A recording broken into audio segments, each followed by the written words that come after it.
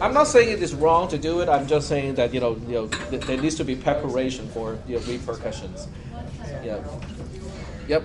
Are you a little behind on like some of the grading on like the older assignments? Yeah, I'm behind in terms of the older assignments. Okay, yeah, like the pre and post conditions. Yeah, that one is still I still have that back one. Yeah, I got you. Well, they said they were planning this in August, so I guess they were probably planning contingencies because they knew where he was. It's a mansion, like right. You could do it this weekend.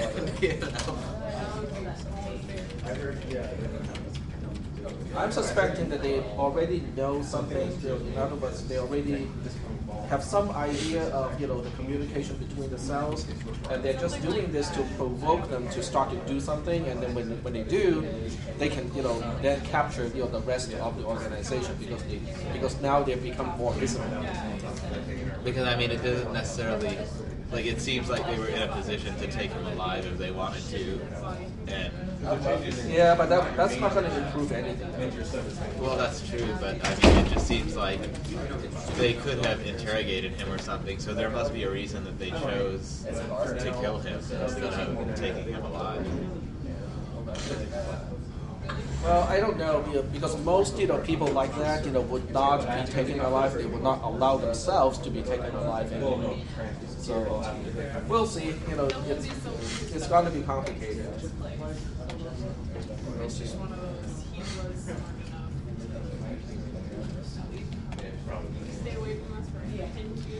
Okay. Well, let's go ahead and start this class. As much as the news item is interesting to talk about, let's go ahead and focus.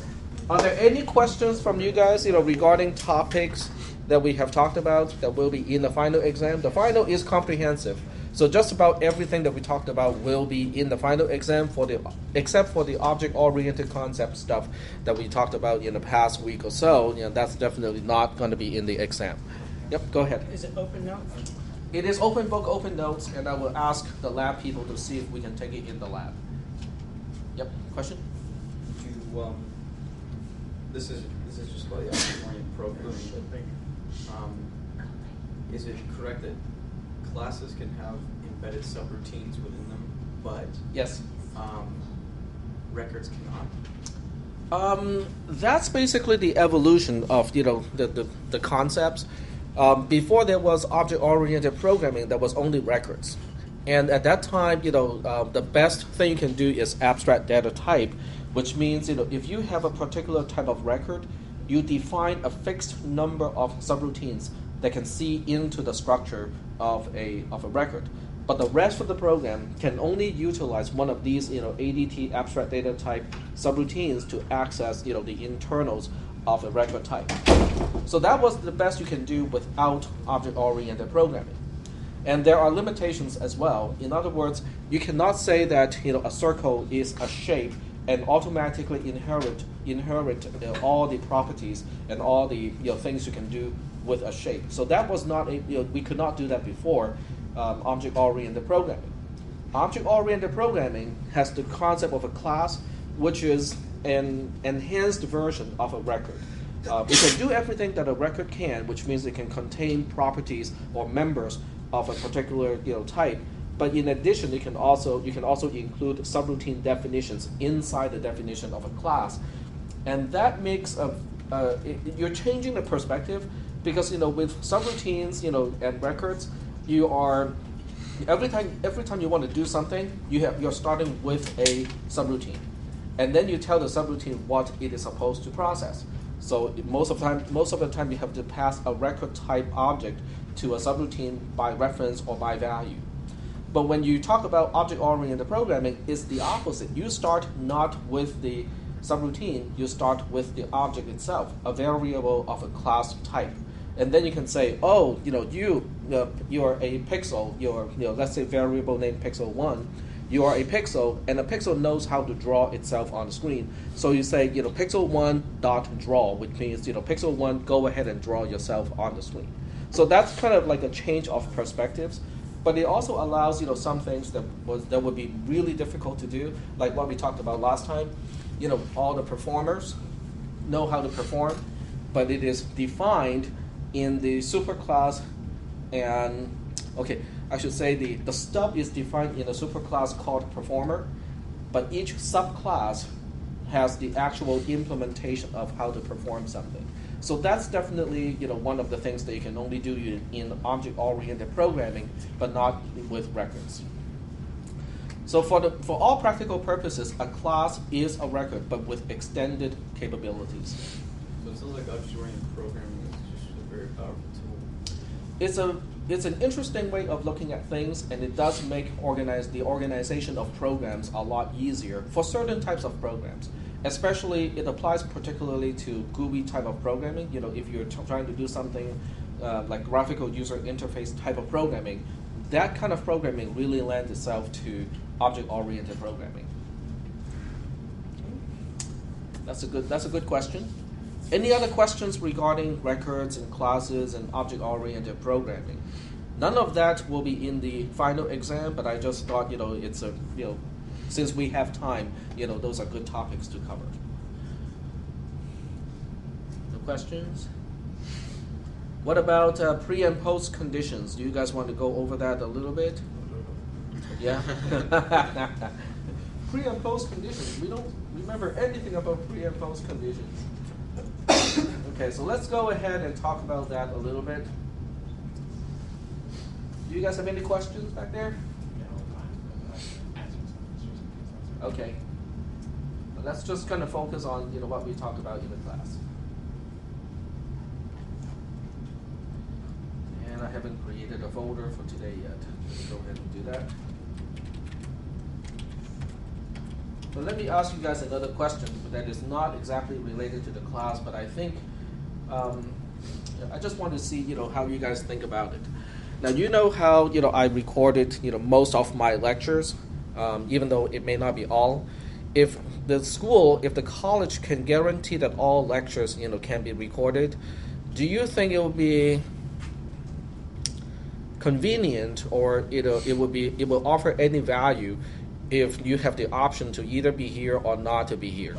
In other words, we turn a face-to-face class into a flexible kind of format where people can come here face-to-face, or you can stay at home and watch the video and consider that part as lecture. So we can basically allow you guys to determine how you want to take the class during the entire semester. In other words, when it's convenient for you, you can come here and actually attend the class face-to-face. But let's say 1 or 2 weeks, you have to do something, or you'll be away, for a business trip or something. Then you can take the class online. Would that be of any value, or do you think that's not? Yes. Okay. Now, would it impact the quality of the class? Not that there's much to start with. Yes. Well, how many questions got asked during class? Right. But let's say you cannot ask questions, during the recording. So even if it is a live cast, you can watch it almost in real time. But let's just say that I cannot answer questions that are sent remotely. Would that still be okay, or do you think? Sorry. Yeah, question could also be You can always send an email, but it's not the same, as asking the class during the discussion of the topic. I think to keep the same setting of a class, you would have to limit how many times you were able to do that throughout the semester, like just same way of absences. You're going to end up with no one in the class. Mm-hmm. Well, I think some people will want to be in the class, so they will want to be here, face to face. So it's going to be numbers. This number will be smaller. So Yep. we definitely do need to be able to ask questions during the lecture, though. I mean, if we don't get to ask questions, then it's like for the people that are here, then it's turning it into an online class for them, where you have to go home and email the professor just to be able to get your question answered. No. But for people who are here, it is still the same format as Oh, what okay. we have here. Okay. So I will still be here. I will still be lecturing. It's just that it's going to be recorded. But for people who cannot be here, because they have to be at work or some other place, during that time, they can watch the video, as the quote-unquote lecture portion of the class. They can still hear the questions from everyone who is in the face-to-face session. It's just that those people who are watching the video cannot ask questions in real time, and I think that will impact the quality of that part. Yeah, I mean, I would say that if you do that for all classes, especially like ones where, I mean, you're coding or even like a math class, right? Because you miss it, and then you're relying on someone else's copy of notes to try and get. It's not in the book, you know. Would that allow you to have more students in the class? Well, that's the thing, because then we don't need as big of a classroom anymore. In other words, even if the enrollment of a class is 40, if we can make the assumption that only one half of the class will prefer the face-to-face type of a session, then the classroom can be smaller. We can move into a smaller classroom. Right, except for like test days where everybody would need to be there. Right. Yeah, test will be still has to be arranged differently. So all the tests will still be done face to face. It will still be proctored and face to face. So I'm just seeing whether people have any preferences one way or another. I think if you can choose to come in or not, then for the people who choose to come in, it will be the same, and for the people who choose not to, they're getting what they put into it. So I don't know the quality concern is that much an issue. I think it will still be better than most online classes at this point. How many people have taken an online class? So with an online class, do you have like a video recorded session where the professor actually talks to the screen and deliver the material, or no? And they usually just have it listed like on a page, and you have to read it. The lecture. So it's more like a schedule for you guys to read the material and do the homework or the exercise in the book, something like that. Right. Or it's a PowerPoint presentation and you just flip through the slides. Yeah. But you have to flip through the slides. It's not the professor actually you're going through the slide, and because there's a difference between when you flip the slides yourself versus the professor actually talking about it. Because when the professor use a PowerPoint document, use a PowerPoint presentation, the PowerPoint stuff that you see on the screen is nothing more than cues for the professor to remind the professor, oh, I need to talk about this next. But most of the time, the professor will talk about stuff that is actually not on the screen. There's a lot of stuff that would be talked about but not on the screen. Like right now, the screen is completely blank, and I'm talking about stuff. But it happens to most of the other classes too. So I think in terms of content delivery, having an actual recorded class is better than just having a PowerPoint presentation or a schedule to ask you guys to do certain things or read certain chapters at a certain time. I had one online class that my teacher did both. She posted all the notes that we'd have to read, but then for certain things, like in the English class, so like for essay, she would make a video of our essay and explain to us what we did wrong, so she still would make a video. Oh, okay. So that still is more like a real lecture. Yep. Except there's no interactive part. Okay. Yep. The only trouble I find with online classes or things like that is that once I'm at home trying to watch videos or anything, it's very easy to get distracted, and so it's not so much that I would do as well as if I would come to class. Mm-hmm. And you can also fall behind a little bit more easily because you don't have to get to a classroom at a certain time on a certain day. Okay. Well, I'll talk to the dean some more, because he doesn't seem to think that this will work out. Having a class that is flexible. I think the college as a whole is still thinking, a face-to-face class is a face-to-face class, an online class is an online class, and a hybrid class is a hybrid class. But we cannot mix the modality of in the same class. So I'm thinking, maybe with this kind of stuff, we can mix the modality, because it is, even though it's not exactly like being there, it is close enough, of being there. So I'll talk about that a little bit more with the dean and see how he thinks about it. All right, so back to pre and post conditions. So we want to get a little bit refamiliarized with pre and post conditions, because we'll have a practice test on Thursday, and we definitely want to study a little bit before Thursday just to see whether we still retain all that knowledge or not. The actual exam is next Thursday on the 12th. So make sure that you remember on the 12th, the exam will start at 10:15 and it will be 2 hours long. So we'll get out by 12:15 or so. Okay, about preconditions. We start with something that is relatively simple. Okay, here's an assignment statement, And if I tell you that the precondition of line 23 is x equals y, and let's see, z is less than k, z is less than y, and okay, let's just say that we know this much before line 23 executes. Are there any questions about the meaning of a precondition? Do you guys still remember what is a precondition? A precondition is, what do we know for sure that has to be true before a certain line executes. And the postcondition is basically what do we know that has to be true after that line executes. So in this case, which rule should we use? There are two rules that apply to assignment statements. One is called the substitution rule, the other one is called the forget rule. They apply to different cases, so which one should we use here? How do we know which one to use? The right side is related to the left side, you forget. Well, ultimately it depends on whether the operation is reversible. Okay? So in this case, after line 23, we know for sure that x will equal to k.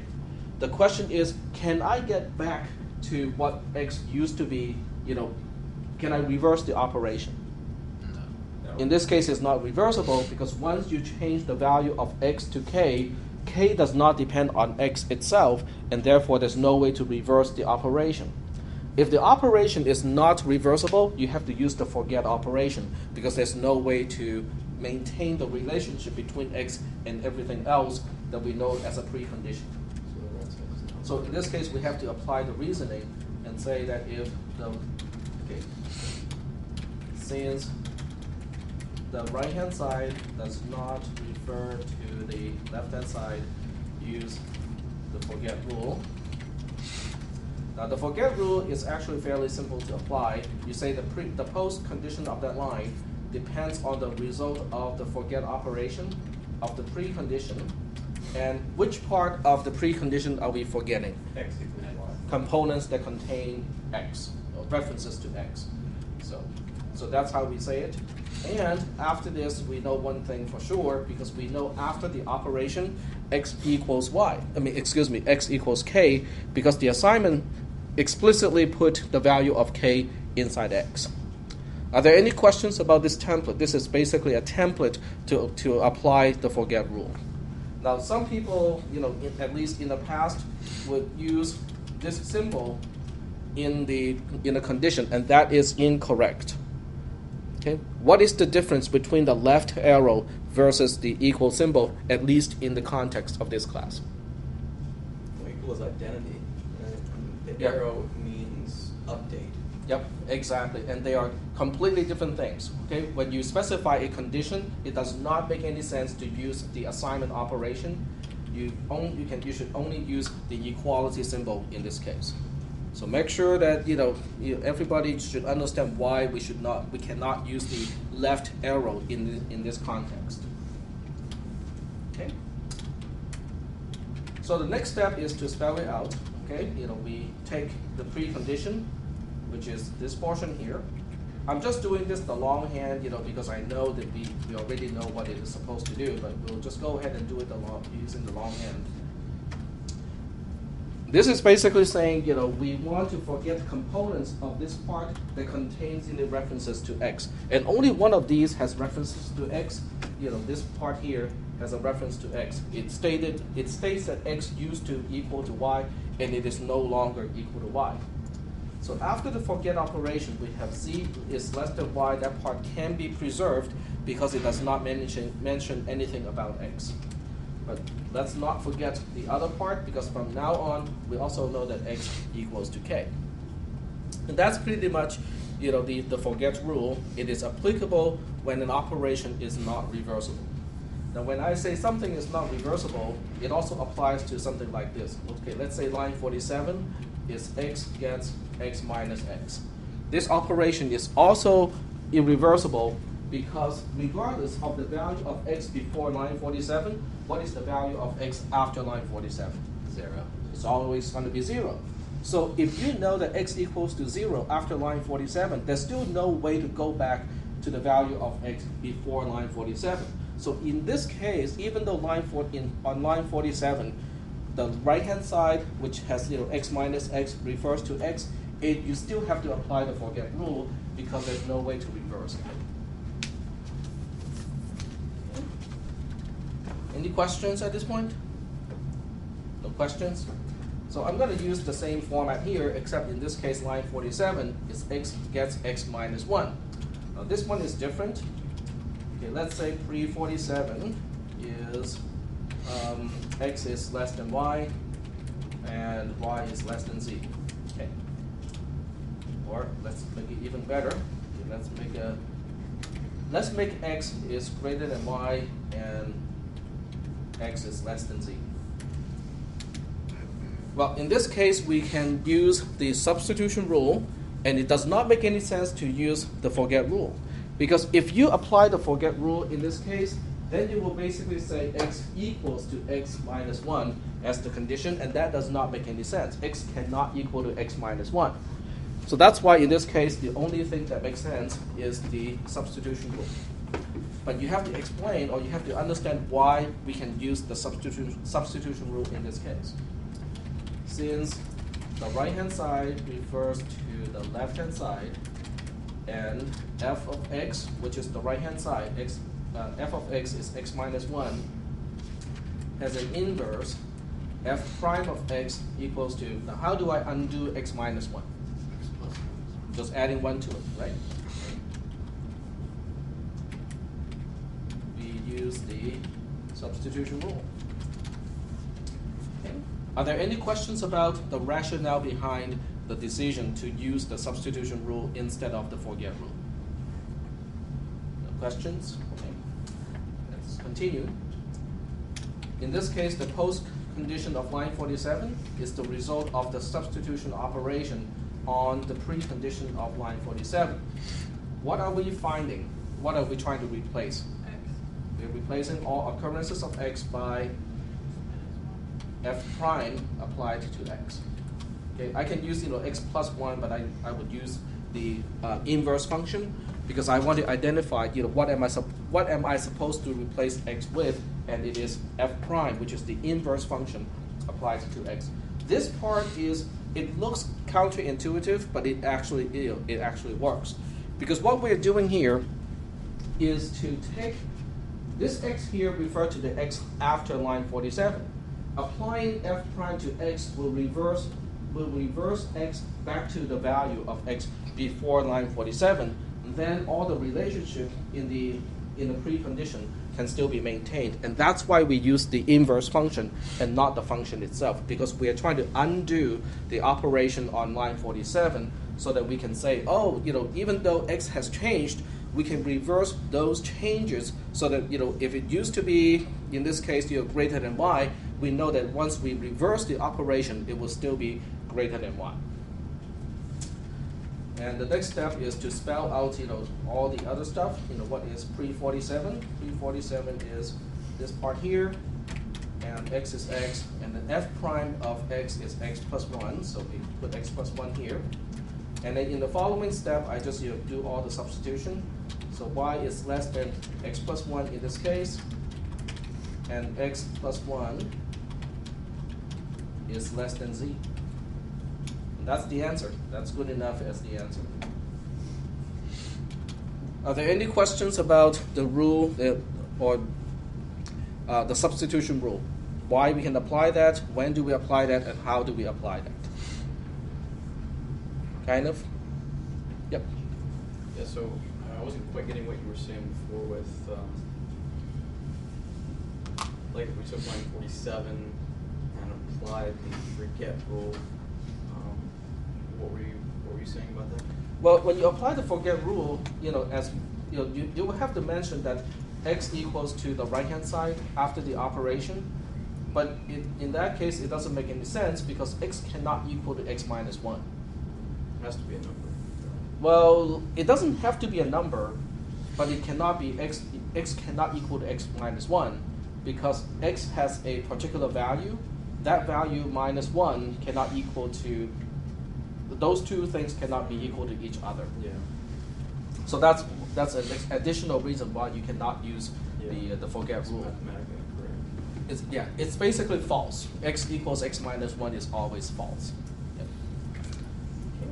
Any questions about line 47 or how and when do we apply the substitution rule? No questions? Okay. What about a more complicated line like line 14 here? What if you have x gets x minus 1 the whole thing divided by 2? How do you find the inverse of that? X plus 1 Plus 1 times 2. times 2. Well, you have the times 2 first, and then you do the add one. Okay. So let me show you why what we can do about line 14 here. Line 14 can be split into 2 lines. In other words, the first thing you can do is to perform x gets x minus 1, because that's the first operation you have to perform, is to perform the subtraction. Then you can imagine that there's another line, 14b, that says x gets x divided by 2. So once you split line 14 into the 2 quote unquote imaginary lines, then you can reverse the operation one at a time. But you have to reverse line 14b first, and then you reverse line 14a. And that's why you have to multiply by 2. You have to multiply this x by 2, and then add 1 to that in order to reverse the whole thing. Okay, let's see whether that makes sense or not. So what I'm claiming is if f of x if that is defined to be x minus 1, the whole thing divided by 2, then the inverse function of that is going to be x, 2x, and then the whole thing plus 1. That's my claim. The question is, does it work? Well, there's one way to find out. Okay, if f prime is in fact the inverse function of f, you can always apply f on top of f prime and then to x, and then see whether you get x back. Let me show you what I mean by that. You apply f to f prime and f prime applied to x. This should get you back into x, and that's the definition of an inverse function. Is that okay? You apply a function to the inverse function to some variable. You should get the variable back all by itself. So the question is, can we prove in this case that f prime is in fact the inverse function of f? Well, all we have to do is to actually carry out the operation. F of x is x minus 1 divided by 2. In other words, whatever is inside the parentheses when we apply f is we will subtract 1 from that and then divide it by 2. So in this case, we can do the same thing. It becomes f prime of x minus 1 and then the whole thing divided by 2. Is that making any sense? Because I am just applying f on top of f prime of x. Is this part okay? Then we can go ahead and expand what is f prime of x. F prime of x is 2x plus 1. Then we have the whole thing minus 1. And then we have this entire thing divided by 2. So the first thing we'll do is we'll take out the inner parentheses, because for addition and subtraction, it is associative. You can perform one or the other first. So we can apply 1 minus 1 first, which cancels to 0. Then we have 2x divided by 2, which of course gets our x back. Okay. Are there any questions about this part? When you have an expression that looks kind of difficult to figure out, you can break it down into smaller components, and then you can then find the inverse function a little bit easier. Yep. On our preconditions for the previous one, for line 47, we were saying that y is less than x and x is less than z. Mm-hmm. And then in the end, we got that y is less than x plus 1. Is less than, or x plus 1 is less than z. Less than z. Yeah. Right. If y and z are fixed values, how can we be sure of that? Because okay, this used to be true before line 47 executes, right? That's what we know for sure. That has to be true before line 47. And what does line 47 do? Line 47 decrements x by 1. Oh, okay. So if you add 1 back to x, now remember this x refers to x after line 47. So if you add 1 back to it, then you get back to the original value of x before line 47, and that used to be greater than y, so that's why we know for sure that x plus 1 has to be greater than y after line 47. Because x has changed. So. Because x has changed, but I know how to reverse it back to its old value. All right, so we can move on to something that is a little bit more complicated. Let's get to conditional statements. So with conditional statements, it is really not that much more difficult. It is just a little bit more difficult. So let's say we have line 65 here, and line 65 says if x equals k, then we'll go to line 66. And line 66 says, x gets x plus 1. And then we have line 67, else. Line 68, x gets x minus 1. And line 69 is the end of the whole thing.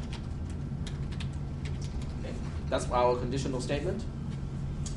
And let's just say that we know the precondition of line 65 to be x equals y, or I can just make it x is less than y, and z equals 2, okay, which is completely irrelevant. Okay. So how should we do this? There are 2 ways to go because I did not tell you in the precondition whether x equals k or not. I did not even tell you how y relates to k. There's no reference of k whatsoever in the precondition of line 65, which means you cannot just say that, oh, there's no way we can get to line 66, or there's no way we can get to line 68, because we don't know exactly what is the value of x at the time. So what you need to do is to say, okay, we can go to either place. If I get to line 66, if I am about to execute line 66, what is the precondition of that? X equals to k and that. Okay, there are several things. One is pre-65 still has to be true. Does that make sense? Because in order to go from line 65 to line 66, in between, there's no way I can change any of the variables. If I cannot change any of the variables in between, that means the precondition of line 65 still has to be true by the time I execute line 66. But there's one thing more that I know for sure as well. Because I also know the condition of the conditional statement has to be true if I am going to execute the then branch. So that means if I expand this whole thing, we have pre-65, which is this portion here. And on top of that, we also know that x equals k. Okay, so knowing that, we can now get to what is post-66. So we can use the same rationale that we talked about earlier, since the right-hand side of line 66 refers to the left-hand side, and f of x equals to x plus 1 as an inverse, which is f prime of x equals to x minus 1, use the substitution rule. So that means post 66 is going to be the result of a substitution operation based on pre 66. We replace occurrences of x by f prime applied to x. So this time I'm just going to jump a few steps here. So what we're going to do is we'll copy and paste this portion, and then with all the x's, we will replace each one with x minus 1.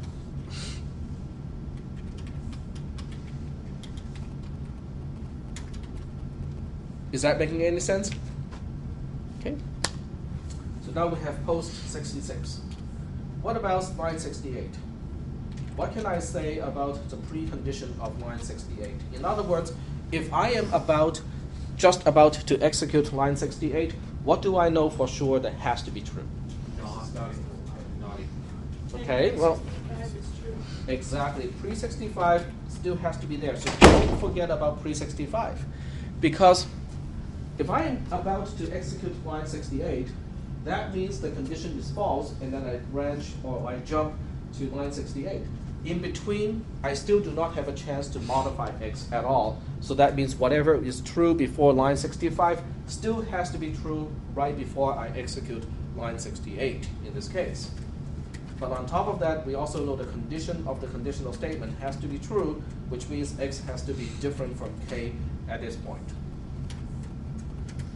So once we expand that, we just get a longer expression. Okay, just like that. And we can use the same rationale to select and use the substitution rule. We just have to change this line 68 to line 66 to line 68, and then also change f of x to something different, because this time we are decrementing on the right-hand side, so the inverse is going to add 1. And based on that, I'm skipping a few steps here. Okay, that is a few steps. So the result of this whole thing is we'll take exactly the same thing, copy and paste it, and then wherever we see x, we have to change it to x plus 1 in this case, because the original operation is minus 1, so now we have to use plus 1 because we are applying the inverse function in this case. Are we doing okay so far with this? But this is not done yet, because I don't really, this is all good to know, but what I really want to know is what is post 69. In other words, as far as the entire conditional statement is concerned, what is the condition after the entire conditional statement? Post 69 is post 66 or post 68. So this becomes just a big copy and paste job at this point. So we have line 68, and then we have, copy and pasted the wrong one. We should use post 66, which is this portion, and then post 68, which is this portion here. You can simplify that a little bit, because you can see in both cases they have z equals 2, because we do not use z equals 2 as a condition, and we did not change z at all, and that's why in both cases, z equals 2 remains unchanged throughout the entire operation. You can simplify that, by pulling z equals 2 out of the whole thing and use a conjunction to connect to the rest. But this is fine. I do not need the answer to be simplified for the test, for the exam. Any questions about post 69? No questions about post 69? Okay. Let's look at another conditional statement. Okay. This time it is one without the else. So we'll have line 74 is if x mod 2 equals to 0, and 75 x gets x plus 1, line 76, and if. That's all. The precondition of line 74 is x is different from 20. That's all. Okay. Where do we go from here? I just know the precondition of line 74. Where do we go? 75. We can go to line 75 or try to figure out what is the precondition of line 75. Okay. The precondition of line 75 should include the precondition of line 74, because none of the variables get changed in between. But on top of that, we also know that x mod 2 equals to 0. What is the other way to say that x mod 2 equals to 0? Divisible by 2. It's divisible by 2, it is even. Okay. And we just have to spell this out. X is different from 20, and x is also even. Like that. Okay. Once we know that, we can apply the same rationale. Flip it back to plus 1 for the positive or the forward going, and minus 1 for the reverse step. Then line number. Thank you. Line number needs to be changed. Okay, so now we can get to post 75, and I'm going to just skip a few steps. That is skipping a few steps. So the result is based on the precondition, except all references to x becomes x minus 1 and not x plus 1. Okay, we need to switch everything to x minus 1. Is that okay so far? Okay. Now we can get to post 76. Now this time it is a little bit strange because we don't have an else. If you don't have an else, what are you going to use on the other side of the disjunction? You still have a disjunction. Okay? No, it's not false. Or the precondition. The flip side of the condition of the conditional statement. Okay? Now remember, every branch or every conditional statement, there are alternative paths to get to the end.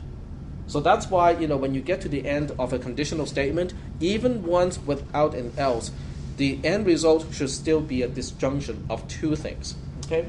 So we'll say, this is a disjunction of two things, and we'll deal with the easy one first. Okay? The easy one is simply to say that post 75 is one of the options, because if x turns out to be an even number, then we have to go through line 75, and at the end of line 75, we know this jump here. But what is the alternative? The alternative is when the condition is false. When the condition of the conditional statement is false, then what do we know? That x is odd or x mod 2 is equal to 1. X mod 2. Well, in other words, what do we put here? Well, one thing we know for sure is what? Precondition of 74. Mine's exactly. That is still true, because if the condition of the conditional statement is false, then we would not have executed anything that could change any of the variables. So that's why the precondition of line 74 still has to be true for the alternative path. Okay? But on top of that, there's one more thing, because we know the condition of the conditional statement is false, so we can now claim that x mod 2, does not equal to 0. Okay? Is that okay so far? This part is easy. The left-hand side of the the disjunction is easy, because that's one of the things that we figure out. The other part is a little bit more convoluted, because it corresponds to the case when the condition of the conditional statement is false, we did not do anything in between, and then we get to the end right away. You can also see this more clearly if you draw a picture. Because if you draw a picture, it becomes a lot more clear. It is a conditional statement. It always has to branch. In this case, it is branching depending on whether x mod 2 equals to 0 or not. If x mod 2 equals to 0, or true, it goes to this side. If it is false, it goes to the other side. On one side, we have x gets x, is it plus 1? Okay. And then it branches to the end. The other side doesn't do anything, and it goes to the end right away. Okay. This part here is what we call post 75. That's the easy part. We figure that out. This part here has no name. It has no name because there's no line number to correspond to it. And that's why we can only specify what that is by the time we try to specify post 76. Then we have to include this branch here and basically say, oh, okay, if I take this branch to get to the end, that means the condition of the conditional statement has to be false, but at the same time, whatever was true before the entire conditional statement still has to be true by the time I get here. So are there any questions about the rationale of the other part? The alternative part is the more difficult one in this case. Yep. Would this also be true of, say, like a loop, because it would also test for a condition, so it could either execute the loop or... Correct, but I won't ask you any questions about loops, because with loops, the difficult part is to get to the loop invariant, which is a little bit out of the scope of this class. So I will only get to conditional statements. The other way to look at this conditional statement, if you want to kind of look at it as a quote-unquote a regular conditional statement, is you can do something like this. You can imagine there's a line 75, B, which is just else, with nothing between the else and the end. Because it is just doing exactly that. You have an else, but except there's nothing to do. Are there any questions at this point about conditional statements or assignment statements in the context of pre and post conditions? questions? This is all good? Do you guys still remember what is a dead branch? Yes. Okay. So how does a dead branch look like in the context of pre and post conditions? Let me give you an example of a dead branch. Then we'll see what it looks like. Okay, so we'll have we'll just have to give it a line number, line 12. Okay. If x is less than y, then we do something. In this case, we'll just do something that's easy. Okay, use the forget rule. Then we go to line 14. Else, if x is greater than or equal to y, then we go to line 15. Z gets a value of 6. Then we go to line 16, which says else. Line 17 is Z gets a value of 7. Line 18, and if. Well, do we have a dead branch here? Yeah, so line 16. Line 17 is a dead branch. Okay? Well, how can an else be a dead branch? Isn't the else supposed to be the catch-all case and, it should never be dead? What if the previous two branches catch every single case already? Okay. Let's take a look at, how to look at this from the perspective of pre and post conditions. When you look at this using, if you try to trace this code, you can probably trace it and somehow convince yourself that line 17 will be a dead branch. Okay, we'll never get to line 17. But to do that, you have to give yourself a lot of alternatives, like you fix the value of x and you change the value of y, and see in all those cases whether we get to line 17 or not. But we can prove that line 17 is a dead branch just by looking at the precondition of line 17. So let's go ahead and do this analysis here. Let's say the precondition of line 12 is true. Oh, what does that mean? If I say the precondition of a line is quote unquote true, what is that telling you? That we can enter. Sorry? That we can enter the conditional statement. We can add to the conditional statement. That's true, but what exactly does that mean? If I say the precondition of line 12 is true, what am I trying to say? There are no preconditions. That I don't know anything. Very good. Okay? Because the precondition has to be true in order for the code to be reachable. Okay, so I cannot say it is false, because if I say the precondition of line 12 is false, that means I will never get to this part of the program to begin with, and there's no need to analyze this code anymore. But the easiest thing I can do to say that I don't know anything about the variables is to say that the precondition is true. It is equivalent to a whole bunch of question marks in the columns when we start execution in the program. Is that okay so far? No? Okay. So with pre-12 being true, let's go ahead and try to figure out what is pre-13. Pre-13 is pre-12 because none of the variables has changed between the beginning of this entire code to pre-13, excuse me, right before I execute line 13. But on top of this, I have to also to say that x must be less than y. Because if x is not less than y, then I would not go to line 13 at all, and then the whole thing would not even apply. Is that making any sense? Pre-13 is pre-12, and x is less than y. Okay. Now with this one, I can simplify it a little bit, because pre-12 is true, and x is less than y is just x is less than y. Because true and anything is that anything. It's kind of like 1 times anything is anything. True does exactly the same thing as 1 in multiplication. Are we doing okay so far with pre-13? Okay. Post-13 is relatively easy. Post-13 means we have to erase anything that we know about z, and then on top of that we have to say something about z.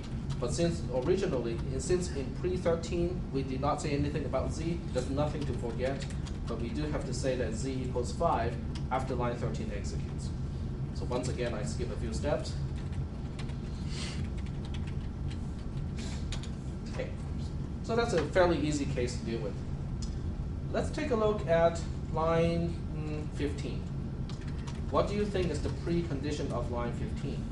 In other words, right before I execute line 15, what do I know for sure? X is greater than or equal to y. Okay, well, first of all, pre-12 still has to be true. Because at that point, I still haven't had a chance to modify any of my variables. So pre-12 still has to be true. What else has to be true? X is greater than or equal to Y. Let's not forget this part. X cannot be less than Y at this point. Is that making any sense? Because remember, in a multi-branch conditional statement, we evaluate the conditions from top to bottom. The first one that becomes true, we execute that branch. So that means in order for us to even evaluate this condition on line 14, X is less than Y has to be false. Is that part okay? Because this is a very, very important part of a multi-branch conditional statement. Any questions about this part? Why I know for sure that X is less than Y has to be why X is less than Y has to be false. Yep. Would it be wrong if we simplified it already? It says X is greater than or equal to Yep, Y? that's fine. But on top of that, if you just look at the mechanism itself, then we can now confirm that X is greater than or equal to Y. I don't want to simplify it here because this is just copying whatever was here. Okay, so that's why I don't want to simplify it just yet to confuse people with the actual condition of the second branch here. Now we can do the simplification. Okay, the simplification is true and X is greater than or equal to Y and X is greater than or equal to Y. The true gets simplified out of the way because it's a conjunction, and X is greater than or equal to Y and X is greater than or equal to Y is just repetitive. I can get rid of one of them, and now that becomes the conclusion. So I'm going to skip a few steps here. Steps. The postcondition of line 15 is not too hard because we just take this part here. We do have to forget everything that we knew about Z. What did we know about Z before? Nothing, exactly. So now but after this we know that Z has to be equal to 6 because of the assignment operation. Yep. For pre-15, and also pre-13, what would you do if it's false? Like if it's not true? Sorry? What would you do if it's false? Like I know in this case it has to pre-12 has to be true, but what would you do if it's false? Like how would it react? Like how does it simplify now? Okay, what are you saying that what happens when you turn this into false? Yeah, just like how it simplifies down. Like I know in this case it has to be true, but like if you just had that and it was false and like X If this one is false to begin with, then everything else is going to be false. Because false and anything is false. Okay, that's so that means this entire code it doesn't make any difference whether you track it down or not, because we know for sure that post 18 is just false. Okay, yeah, that's what I'm Yep. Okay. So now we get to line 17. Okay, line 17 is the interesting one because I said it is going to be a dead branch. Okay, so let's talk about line 17 or the precondition of line 17.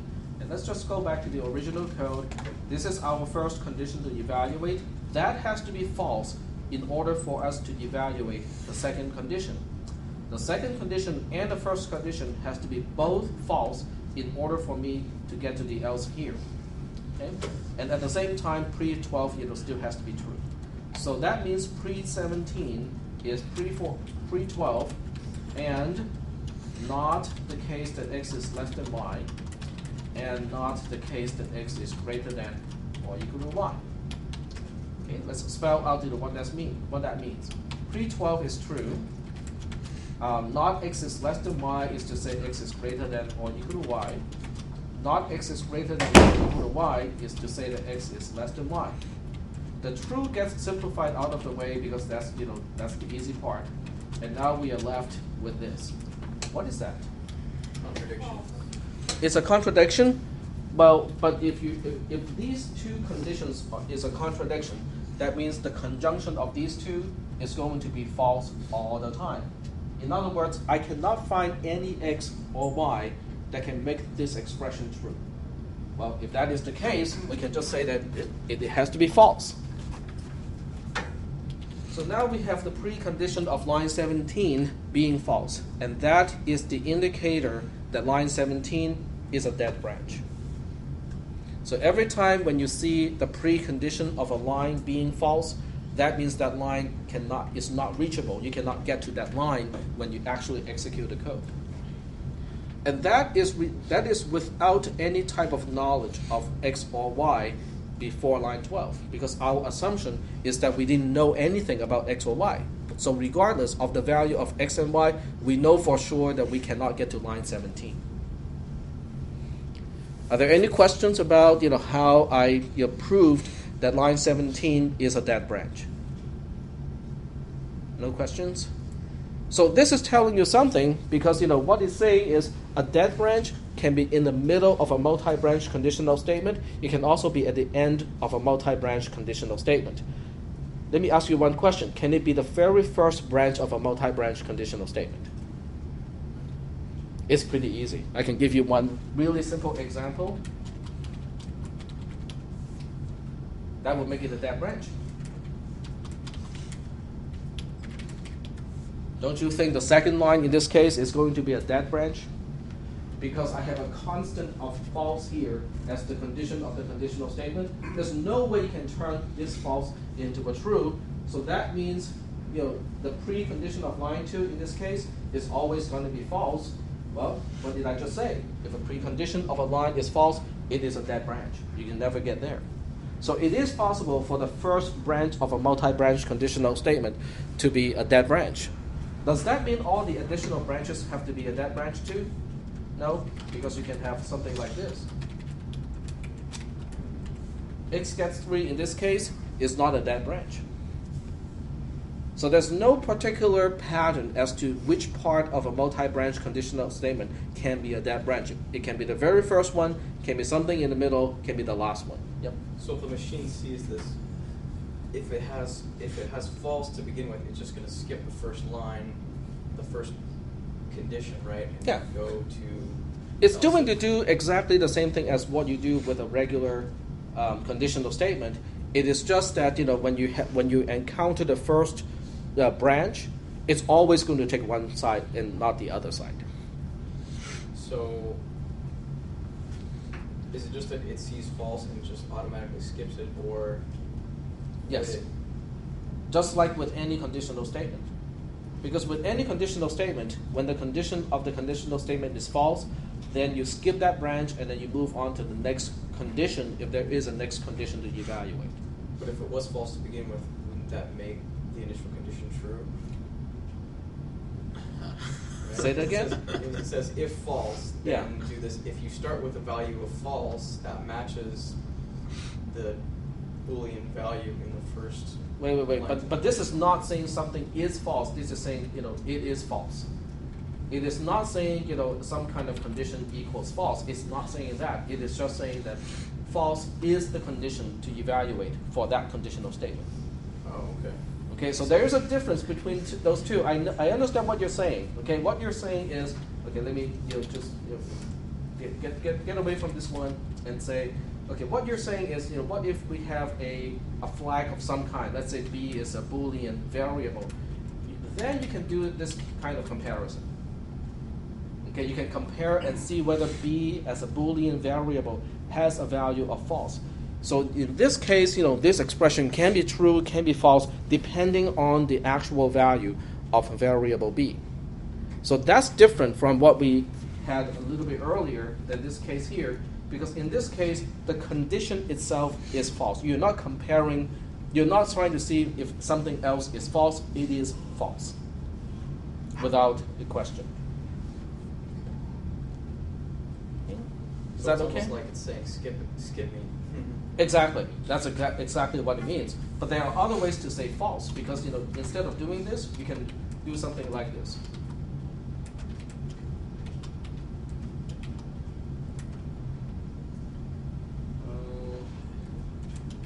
Something like that.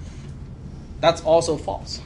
So that's why you have to be careful, because sometimes we won't write something like it is really dumb to say if false blah blah blah unless you're debugging the program and you just want to make sure that you don't get into that case.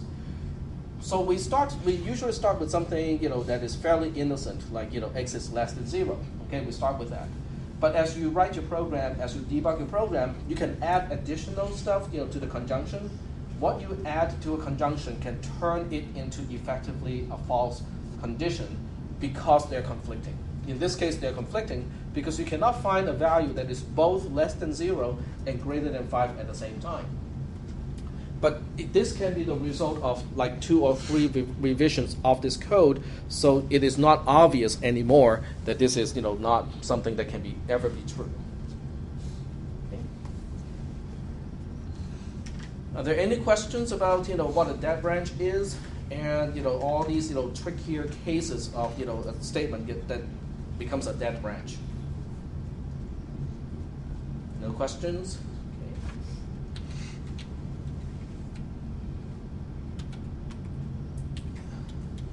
Okay. Anything else that you guys want me to go over? Any questions about passing by reference, passing by value? Any questions about arrays? Nothing? So I can expect good results from the final exam? Okay, so the practice test, we're going to do it like we did in the past, where you'll give us the example and then we'll kind of go through it? Yeah. Or are we actually going to take it and then we'll go through it? I don't think I can have it available in time before the class, so we're going to have to go through that in the class. Okay. It's going to be more about the format of the exam than the actual questions of the exam. Right. And I'm thinking that I should make it more like with filling the blanks and multiple choice, just for my own sanity's sake. Because grading all the individual ones is kind of difficult, because I have to look for particular things in the trace. But at the same time, multiple choice is. I find that multiple choice questions is not really indicative of whether people understand the concepts or not. Some people can do really well with multiple choice questions, but when you ask the same person, an open-ended question, that person would not be able to answer that.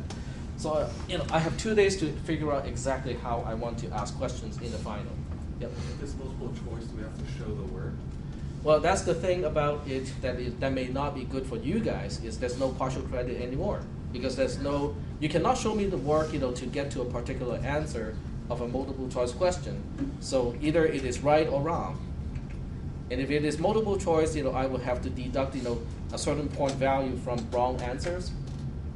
So that's also that's the flip side of multiple choice. It's good in a way, it's also bad in a way. Do you guys understand what I'm talking about? Deducting a certain number of points from a multiple choice test, from a wrong answer? So what do you guys think? Do you want multiple choice or not? No. No? People are shaking their heads. No. What do I want? Well, I want the test to be a good assessment of whether people actually understand the concepts or not. But at the same time, I don't want it to be a lot of work to grade, because the open-ended questions are very time-consuming. Yep. You do a mix, some multiple choice, some. We could consider a mixture of the two, some multiple choice and some open-ended questions. That way you can test on the concepts for the open-ended stuff, and then the actual application with multiple choice probably. Yeah, I'll think about it. I have not asked multiple choice questions in many years, but this year is really bad because all my classes are really big. Okay, so I'll think about it. But we'll still have the same scope. Okay, we still cover the same material. It's just the format of the question may be different from the first or the second exam. Any other questions about this stuff?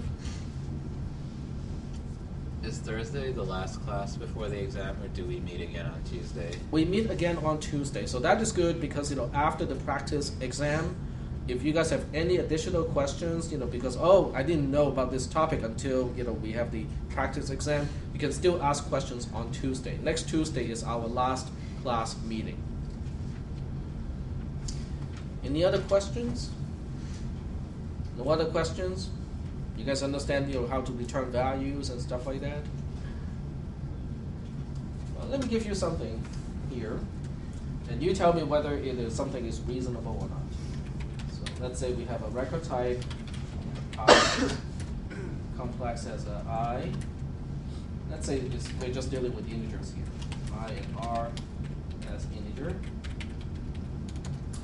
And then we have another record type. And we'll just call that vector. We'll just call it X, because I don't really know what we can use it for. But here is what it is that thing. So we have integer here. We have A, which is an array of 5 complex. And then we have R, which is an integer. And now we have a local variable. The local variable is A again. And A is an array of, I don't care, we have 3x. Okay.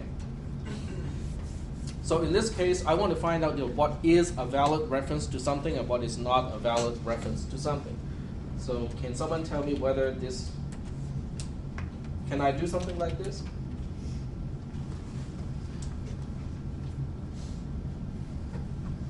If this is inside, okay, let me give you the whole definition so that we can. This is my stub subroutine. We have a local variable A, and the second statement is, I want to access something in local variable A, and define sub. So the question is this line okay? Can I do it? No. Why can't I do it? There are about a zillion eyes. Well, what can we do with an array? There are two things we can do with arrays. One is the bar thing, which tells us how many elements are in an array. And the other thing is the square bracket thing, which means I want to access a particular element in the array. I is not a part of A. So this is not good, okay? So I would just say this is invalid.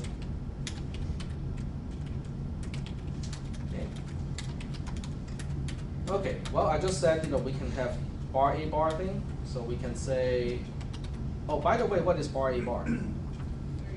Bar A bar is 3 because it has exactly 3 elements inside. Okay, so that's good. Okay, we can do something like this. We can say A bracket 1. And in this case, can I say, would that be okay? Yes. That would be okay because A is an array of X, record X, and each record X has an I component, so that's okay, that's fine. What about A bracket 1 dot A dot I? No. That would be invalid, okay? Because the member A of a record X is by itself also an array. So that means if I do something like this, would that be okay? Yes. Cool. So you guys get some, have some idea of what I'm trying to test you, to see if you can track down the structure of a variable and see whether we can do indexing or not, or whether we can access a particular member or not. Okay. And by the way, how many columns do you think this local variable A is going to take up? Well, it's not too bad, because we know that each complex is going to take up 2 columns, because one complex has 2 elements and has 2 members, and each member is an integer. We only need 1 column for each integer. So that means this takes up 1 column, this takes up what? 10 columns, and this takes up 1 more column. So each X is going to take up 12 columns. A is an array of 3 X's, so that means it's going to take up 36 columns. So that's why we're not going to trace this code. Okay, so that's one thing that you can expect from the test is to see whether you guys can figure out which statement is invalid. Okay, this is not something that we can do because either something is not an array and I'm trying to do some array indexing. In other words, If I say something like this, it will be invalid as well. If I say a bracket 1 dot I, and then I do a bracket here, that will be invalid, because member I of an x is an integer, and it does not make any sense to use the indexing operator on just an integer. Okay. So that's one thing that we can, I can definitely test, in the final exam. Any other questions? Is everybody clear on the concept of returning a value in a subroutine? Yes? Okay. Do you guys understand now that when you use a return, you can only substitute the question mark with an actual value of some kind. You cannot, put an expression inside the question mark. Is that part okay? Okay. Anything else that you want me to talk about? We got about 5 more minutes. No questions? Do you guys know your interim grade, your current grade, based on all the material that I have graded? Approximately? Okay. Well, it should give you a pretty good idea, except for the homework assignments that are not graded. But I don't think the interim grade include the points from the homework assignments, or does it include those points as well? I think it does. You think it does? Okay. You just have to scale that, to get rid of those, and then you get a better idea of your current grade. Any other questions? Have you guys signed up for the next class? Yes. Yeah. Okay. Yeah. Yeah, some people have to wait until the 9th. How do they determine those priority levels? I think it's how long you've been here. How long? So the longer you have been here, the higher the early you can sign up for classes. And if you're disabled, and if you're a veteran. Okay. If you're military. And if you're graduating. Yeah, I got BA, I've been able to do it since 28. Sorry? I got BA, so I've been able to do it since 28. 28th? Is that priority 0? Yes. Disabled vet. DSPS, students also get a higher priority. I think, being vet does not help in this case.